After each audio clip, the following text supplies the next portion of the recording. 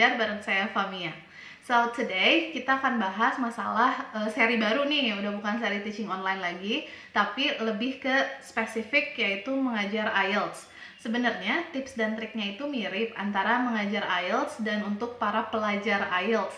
Jadi ada beberapa yang beda, yaitu tambahan activity untuk para pengajar. Kayak gitu. Sebelum kita mulai, kita akan lihat dulu overview dari IELTS. So, as you can see, di listening ini ada beberapa common questions yang memang sering muncul di soal IELTS. Ini nggak semuanya saya sebutin, cuma ini beberapa aja yang memang sering muncul. Contohnya ada multiple choices, matching, labeling, completions, dan short answer questions. Itu contoh untuk yang listening. Untuk reading, kita juga punya multiple choices, true, false, not given, yes, no, not given, completions, matching, dan short answer questions. Itu adalah common questions yang memang akan sering muncul di IELTS test. Tapi nggak menutup kemungkinan soal-soal yang lain juga akan ada. Nah, untuk waktunya nih, pada tahu nggak listening sama reading berapa jam? Atau berapa menit? Ya, listening itu sekitar more or less 35 menit. Nah, untuk reading itu kita dikasih waktu 60 menit. Berapa teks? 3 texts or 3 passages. Nah, jadi ada 3 passages yang dari paling mudah ke yang paling sulit. Tapi di reading ini tergantung dengan our previous knowledge. Jadi kalau misalkan memang teksnya let's say about art dan kita memang kuliah di bidang art misalnya, walaupun teksnya itu di yang paling sulit dengan vocabulary yang memang lebih rumit, itu akan terlihat lebih mudah karena kita lebih mudah paham dibanding sama teks yang memang bener-bener out of our leagues gitu. Cuman nggak usah khawatir, semua pertanyaan itu jawabannya ada di passage. Jadi walaupun kalian nggak ngerti, that's okay. Moving on to writing. Nah, writing ini ada 2 task. First task and the second task. Bedanya adalah first task itu lebih ke reports. Jadi ada data, kita harus report data tersebut. Kita harus isi 150 kata dalam waktu kurang lebih 20 menit. Itu yang disarankan. Sebenarnya kenapa dibilang disarankan? Karena total waktu untuk task 1 dan task 2 adalah 60 menit. Cuman kita memberikan saran untuk yang task 1 itu 20 menit, task 2 itu 40 menit. Karena task 2 memang lebih sulit. Jadi untuk task 2 itu 250 kata yang lebih banyak 100 kata dibanding task 1 dan isinya itu lebih ke formal essay. Jadi bisa ada ngebandingin satu hal dengan hal yang lainnya, mengutarakan opini kita kayak gitu. Jadi agak lebih rumit dibanding yang task 1. Moving on, kita ke speaking. Speaking itu ada 3 part. Jadi part pertama itu biasanya general questions about us atau about our cities, about our countries, kayak gitu. Nah, yang part 2 biasanya kita akan dikasih satu topik. Kita harus berdoa aja supaya topiknya ini adalah memang topik yang kita paham. Karena random banget topiknya, mulai dari scientific topic to leisure topics, many things, banyak banget. Jadi nanti ada kayak 3-4 pertanyaan untuk topik tersebut. Nah, setelah itu part 3 adalah follow up questions dari part 2. Misalnya nih, part 2-nya questionsnya about art, kayak tadi saya bilang. Nah, follow up questions itu nanti akan bertanya tentang how does your government support the local artists in your country, let's say. Nah, itu adalah follow up question untuk topik yang kedua tadi, kayak gitu. Nah, sekarang kita akan lihat silabus. Saya akan kasih silabus untuk kalian supaya gampang buat follow video kita. Jadi untuk video yang sekarang, seri sekarang, saya bikin listening 4 video, reading 4 video, writing 4 video, dan speaking 4 video. Topiknya apa aja itu bisa dilihat di sebelah sini. Oke, tiap topik yang saya bahas itu akan saya highlight dengan bold. Seperti yang sekarang nih, kita akan bahas listening 1. Isinya overview dan identifying distractors. Overview tadi kita udah lewat ya. Next up is listening 1, yaitu identifying distractors. Apa sih distractors? Itu kenapa sih kita malah belajarnya identifying distractors bukan jenis questions? Karena identifying distractors ini adalah modal awal kita di listening. So, itu sangat penting buat kita tahu semuanya supaya kita bisa menghindari distractors tadi. Kenapa? Karena di tiap pertanyaan itu akan ada 2-3 distractors. Misalnya nih, pertanyaannya adalah kapankah Tom lahir, let's say. Nah, nanti di pilihan, let's say ada multiple choice, itu ada 3 pilihan. Nah, 3-3-nya itu akan disebut. 3-3-nya akan disebut dan hanya satu yang benar dong jawabannya. So, that's kind of tricky. Makanya kita harus membuat students kita familiar dengan distractors. Jadi mereka bisa tahu persis mana jawaban yang diinginkan. Tapi nggak berhenti di situ. Distractors itu nggak hanya dari multiple choice aja, karena di short answer questions juga ada. Terus ada juga di labeling juga ada. Kita lihat nih macam-macam distractors adalah ini. Hearing all the words, paraphrases and synonyms, a different order, similar choices, dan corrections. Oke, kita bahas satu-satu ya. Hearing all the words, yang tadi saya sebutin, semua option kalau multiple choice itu akan disebutkan. Dan biasanya hearing all the words artinya akan ada 2-3 jawaban yang adalah mirip. Itu udah masuk ke similar choices tadi. Jadi similar choices and hearing all the words itu connected. Nah, kita akan dengar semua pilihannya dan jawabannya itu mirip-mirip. Misalnya, we're talking about fruits, akan ada 3 jenis buah yang disebut. Nah, semuanya sama-sama buah kan, tapi cuma satu jawaban yang benar, gitu. Paraphrases and synonyms, itu meaning yang sama, tapi wordingnya beda. Contohnya, misalnya ada kalimat pertanyaannya adalah, does everyone hates English? Lalu statementnya itu tidak akan ada kata hate, tapi misalnya, nobody likes English. Meaningnya sama, tapi wordingnya lain. Nah, itu yang harus diperhatikan juga, karena kadang-kadang our students, mereka itu cari kata yang sama, padahal harusnya mereka cari meaning yang sama, gitu. Lalu berikutnya adalah different order. Jadi kadang-kadang jawaban itu nggak selalu disebut pertama. Biasanya ada distractors dulu, jawaban di tengah, atau distractor terakhir. Atau jawaban di pertama, yang keduanya distractor. Atau bisa juga distractorsnya kedua pertama, dan jawabannya ketiga terakhir, atau keempat terakhir, bisa jadi.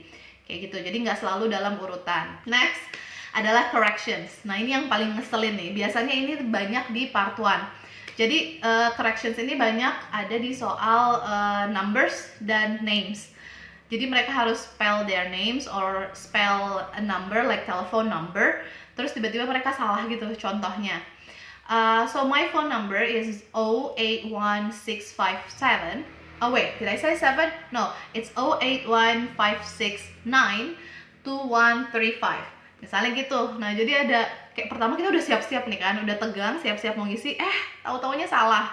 Jadi jangan buru-buru tulis jawabannya, karena we have to wait. Kita harus tunggu sampai benar-benar selesai baru kita tahu beneran jawabannya yang mana. Kayak gitu. Oke, ini adalah salah satu contoh buat corrections lagi, oke? We'll see. Oke, pertanyaannya adalah date of booking. Tanggal berapa? The tape script is, okay, I just have to fill out this form for you. So what date do you want to book this for? The 16th of October. Oh no, sorry, that's my departure date. I arrive on the 17th, so book it for then, please. Nah, see? That's so different. Jadi yang pertama dia sebut 16, tiba-tiba, oh sorry, salah, harusnya tanggal 17. Ini hanya contoh simple ya, cuma ada dua pilihan doang, satu distractor, satu real answers, which is gonna be easier. Tapi kalau di IELTS test benerannya, akan lebih banyak lagi nomor-nomornya atau huruf-hurufnya yang disebut, gitu. Nah, kita lihat apa yang jadi jawabannya. Here we go. Nah, sini kita lihat kan, harusnya dia bilang pertama 16th of October, lalu dia correct it. Oh no, sorry, that's my departure date. I arrive on the 17th, so book it for then please. Artinya, jawaban yang benarnya itu adalah yang 17th, bukan yang 16th, karena dia salah, udah ada keywordsnya itu, oh no, sorry. Kayak gitu. Oke, berikutnya kita lihat lagi contoh soal yang lain. Here you go. PS Camping has been organizing holidays for 15 years, 20 years, or 25 years. Nah, ini ada tape scriptnya di bawah. Thank you for coming to my talk this evening. It's nice to see so many people in the audience. For those of you who don't know very much about PS Camping, let me start by giving you some background information about the company. Keywords ya. Let me start by giving you some background information about the company. Artinya speaker akan menceritakan tentang sejarah perusahaan yang ada hubungannya dengan pertanyaan tadi. So, the company started 25 years ago. It actually started as a retail chain selling camping equipment. And then 20 years ago, it bought a small number of campsites in the UK and began offering camping holidays. The company grew rapidly and has been providing holidays in continental Europe for the last 15 years. Nah, itu tadi kira-kira ada di mana aja nih distractors-nya? Distractors macam apa aja nih tadi yang ada di teks tersebut? Okay, and the answer is all other four distractors. Jadi selain corrections, itu ada di sana distractors-nya. Mari kita lihat. Yang ini adalah 25 years, 20 years, 15 years. Itu distractors pertama, hearing all the words. Semua jawabannya disebutkan di dalam audio. Lalu similar choices, semuanya adalah tahun. Mirip-mirip juga tahunnya. Nah, berikutnya different order. Kalau di multiple choice-nya, di pilihannya 15 years dulu, baru 20 years, baru 25 years. Sedangkan kalau di teks atau di audio, itu 25 years dulu, 20 years, and then 15 years. Jadi kayak dibalik gitu. Nah, kita lihat distractors berikutnya, paraphrases dan synonym. Di pertanyaan, kita lihat kata-katanya organizing holidays. Tapi di audio, kita cuma dengar began offering camping holidays dan providing holidays, which is actually the same, right? Nah, ini yang tadi saya bilang paraphrase, harus betul-betul hati-hati mendengarkan dan menyamakan arti, bukan kata-kata. Oke. Nah, itu tadi adalah contoh-contoh distractors yang bisa kalian lihat di soal. Jadi, yang harus kalian lakukan adalah you have to ask your students to read the questions. Always read the questions before they listen to the audio. Itu harus banget, penting banget. Karena kalau kita sambil dengerin sambil baca, dan kita baru denger pertama kali, baru baca soalnya pertama kali dan langsung dengerin audionya, itu akan lebih sulit buat kita untuk mengetahui apa sih yang ditanya sebenarnya. Jadi seenggaknya kalau students itu udah baca dulu, mereka tahu apa yang diharapkan. They know what they expect. Contohnya misalkan mereka baca, so I need to know about the years. Aku harus dengar tentang tahunnya, aku harus dengar tentang holiday-nya. Jadi mereka lebih siap, lebih siap dan lebih tahu apa yang diharapkan. Jadi mereka tahu harus dengerin yang mana dan keywords-nya apa, mereka akan lebih familiar. Gitu. So these are the tips for listening, but only for identifying distractors, not the general tips. Have a look. Be aware, meaning yang tadi itu baca dulu soalnya, jadi kita tahu apa yang diharapkan, apa yang ditanyakan, jadi gampang untuk mendengarkan jawabannya. Nah, kalau ada kata no or sorry, itu biasanya ada jawabannya itu adalah setelah kata-kata no dan sorry tersebut. Nah, ini juga penting nih, look for similar meaning, not words. Itu kayaknya nggak bisa berhenti kita tekankan untuk students bahwa samakan meaning bukan kata. Karena banyak banget paraphrasing di IELTS test. Dan terakhir, take particular care when you hear numbers and names. Karena di part 1 of listening akan ada beberapa, 1 atau 2 yang memang akan di-spell. Either it's number or names, or both. Ya. Nah, satu lagi yang lupa saya sebutin, yaitu read the instructions carefully. Karena instructions is everything. You don't have to read the full instructions in the beginning. Just read the instructions above the questions. Jadi misalnya nih, choose one, or you can choose twice. You can choose an alphabet twice, let's say. Itu penting banget buat dibaca karena biar kita tahu apa yang memang bisa kita lakukan dan tidak boleh kita lakukan. Okay, another sample activity. This is for teachers. Sample activity ini bisa kita lakukan untuk train murid-murid kita supaya lebih aware dengan distractors dan lebih dan telinganya itu lebih tajam buat answers. Contohnya adalah kayak gini. Okay, jadi ini tadi adalah latihan yang memang bisa kalian lakukan di rumah sendiri atau bisa kalian apply di kelas-kelas kalian untuk students kalian semua. Nah, ini ada 2 tabel, questions dan distractors. Jadi, tasknya itu adalah untuk mendengarkan audionya, lalu tulis distractors-nya apa aja, ada di sini, dan tulis jawabannya di kolom sebelah sini. Biasanya satu teks itu, satu nomor audio itu ada 2 sampai 3 distractors. Nah, jadi di sini harus diisi juga, jawabannya juga harus diisi. Ini agak lebih ribet, tapi trust me, this practice will help your students a lot. Jadi ini tuh biar buat pembiasaan murid-murid kita supaya mereka terbiasa mendengarkan apa sih distractorsnya, apa sih jawaban yang benarnya. Jadi buat mereka identify the real answers from the distractors, this is a great practice. Nah, ini kita seperti yang tadi kita bilang, sebelum kita dengerin kita harus baca dulu pertanyaannya and what is expected. Jadi di sini kita tahu dong kita akan membutuhkan sebuah angka karena ini adalah date. Yang di sini hari dan di sini topik on project. Nah, kalau ini pertanyaannya apa? Pertanyaannya adalah problems-nya ada poor weather dan lack of what? Kekurangan apa? Nah, itu adalah jawaban yang diharapkan. Dan distractors-nya apa bisa ditulis di sebelah sini. Nah, untuk cobain praktisnya, kalian bisa coba sendiri di rumah. Dan nanti, ini saya udah sediain audionya, nanti saya kasih linknya di bawah. So you can practice at home and do this with your students later. Nah, setelah tadi kita kasih sampel activities, kita juga bisa pakai dari soal-soal IELTS yang tahun-tahun sebelumnya, kita pakai buat latihan distractors ini. Jadi caranya mereka mirip sih kayak yang tadi, sama persis. Jadi mereka harus tulis distractorsnya apa, dan jawaban yang benarnya apa.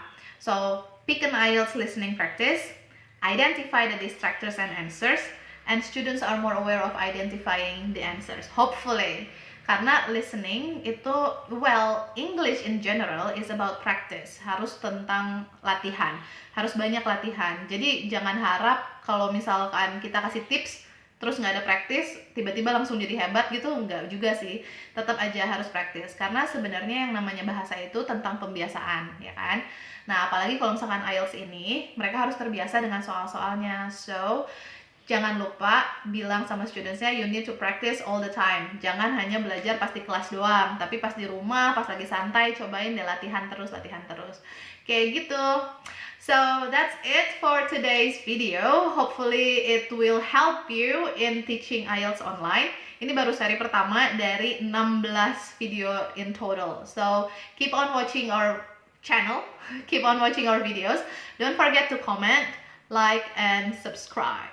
Alright, bye!